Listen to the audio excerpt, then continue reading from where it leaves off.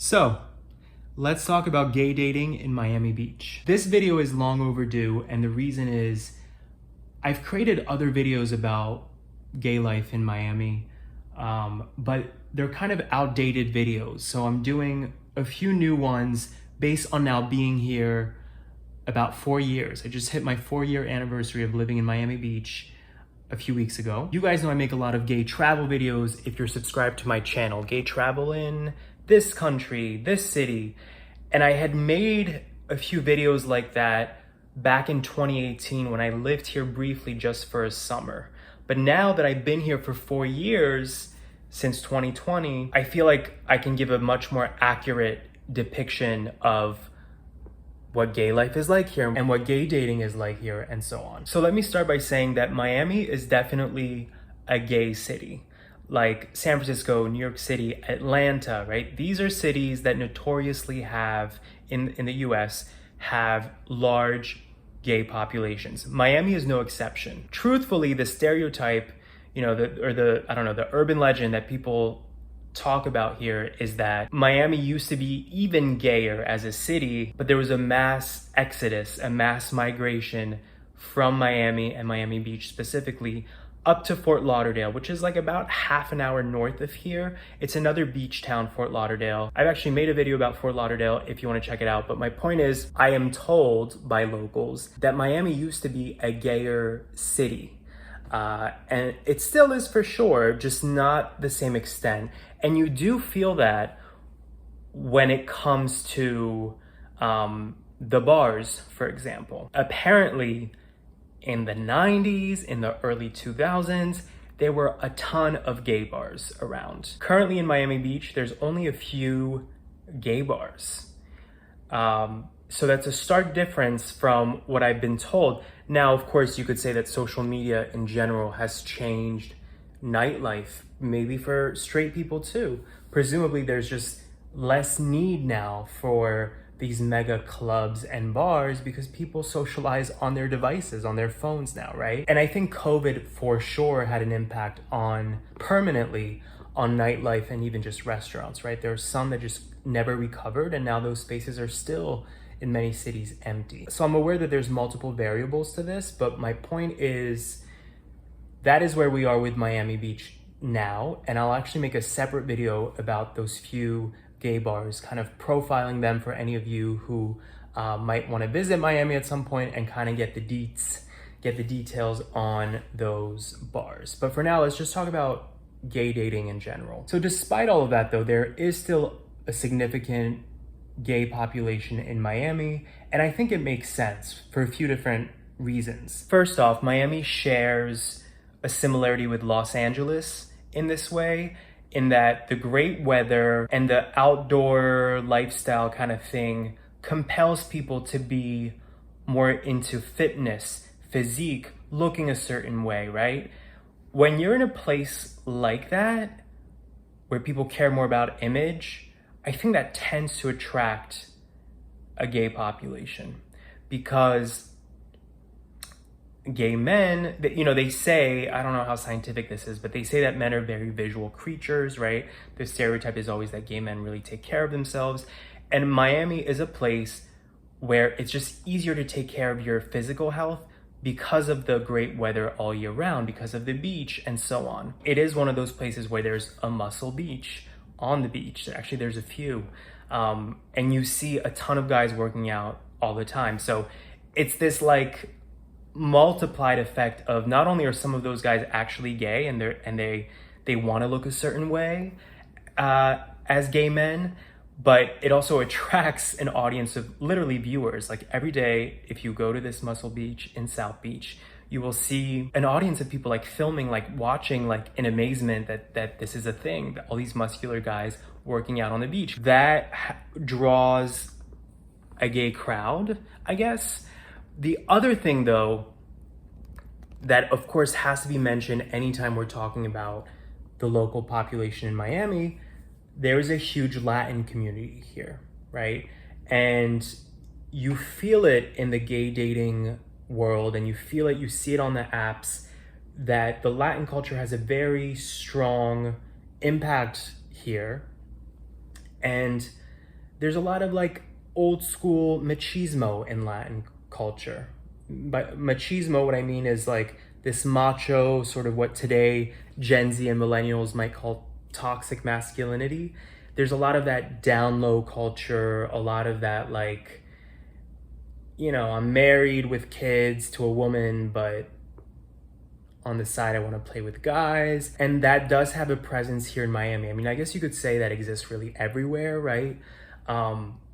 But I think a lot of people move here for the freedom associated with, oh, it's this, you know, it's a beach town in America, you know, it's looser. I think for a lot of people who come from a more traditional, conservative Latin American country, they might subconsciously or consciously associate moving here with more freedom to be gay, openly or discreet, as they say on the apps. Now, if you like Latino men, of course, Miami then ends up being like, you know, a gay heaven, a mecca of gay Latin men.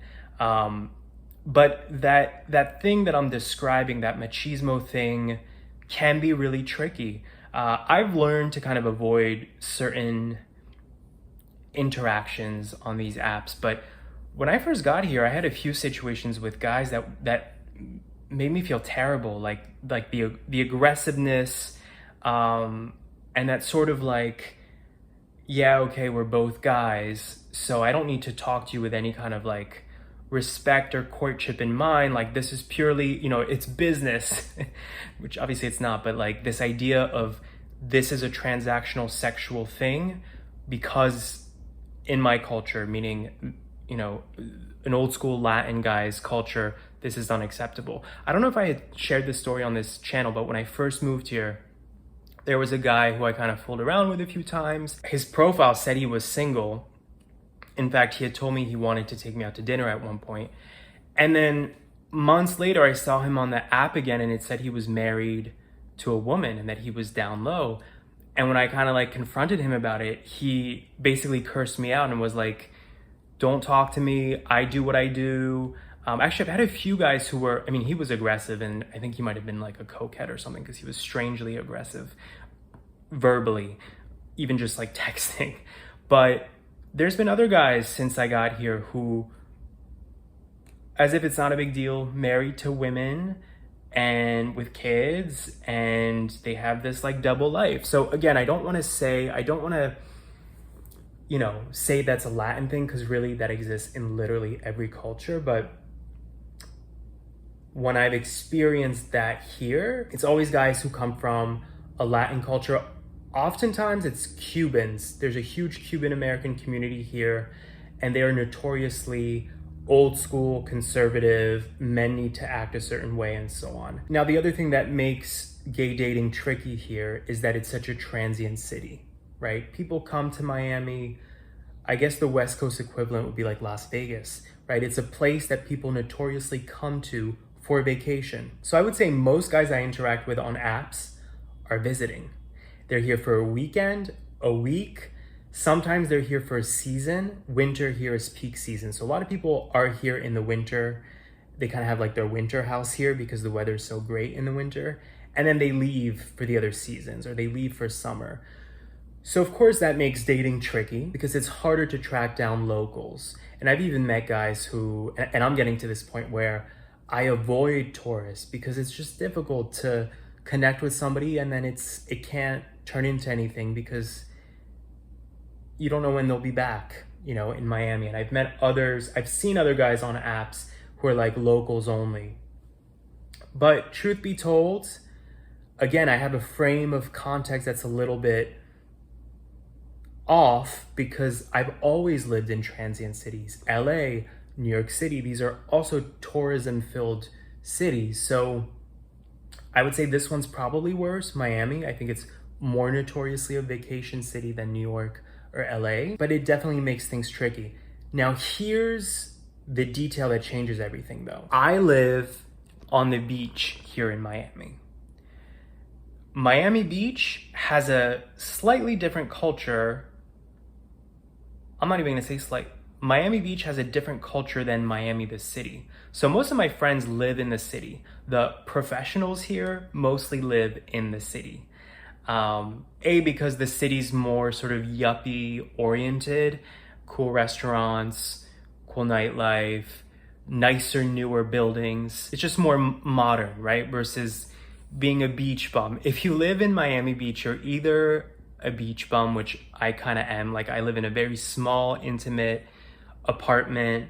I don't have a ton of amenities. Or if you live on the beach, you're very wealthy and you live like waterfront in a beautiful condo. There isn't really much in between. So anything that would be in between socioeconomically, people tend to live in the actual city of Miami versus the beach. The beach is an island that you have to drive to versus the mainland. So what I found, both from personal experience and from friends who I have who live in the city of Miami, is that the beach has a different vibe when it comes to dating apps in particular. You see a different crowd. In the city, you are going to find more professionals. And of course, there's people who do drugs everywhere and whatever, but Miami Beach, South Beach in particular, is notorious for not just more tourism, right? People who come purely to hang out at the beach, but also it's a party sort of centric part of the town. So you see it on the apps, guys who are just there to like do drugs and mess around with guys. You see this on Grindr in particular.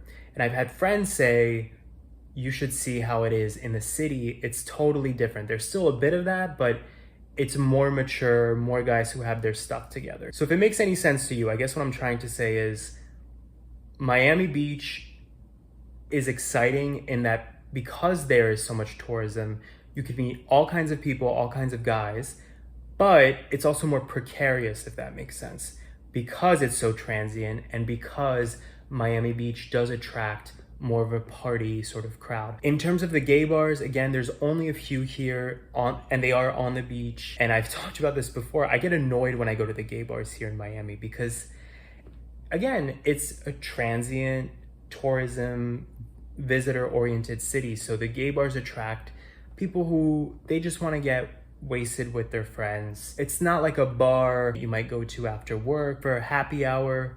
Yeah, that's a good way to frame this. The gay bars in Miami are not happy hour type bars. They're not bars where you're gonna see people at like 6 p.m. They are bars that fill up at like 1 in the morning. Does that make sense?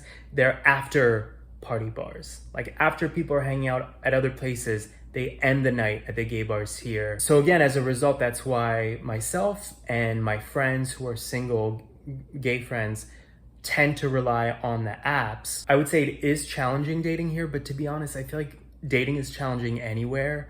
I don't know, out of all the cities I've lived in, I would say it's probably toughest here just because of that transient thing, right? When you're on Tinder or Bumble or Grindr, you don't know off the bat who's visiting and who's not. And if that's an issue for you because you're looking for something more serious, that automatically eliminates a good portion of the people you see, right? I will say what's great about a fitness-oriented city where you see people running, I'm a runner, you see people biking, you see people on the beach, big gym culture. I think that's probably the best way, honestly, to meet people. When I'm running in Miami Beach, I see a lot of gay guys. So wish me luck. I'm actually still working on having an organic introduction like that. Usually when I have my headphones in and I'm in the zone running, it's also hard to just pause and abruptly just like start talking to somebody. But I feel like in a place like this, that's an advantage you have. If you have any questions for me about living here as a gay person in Miami, let me know. Happy to answer any questions down below in the comments.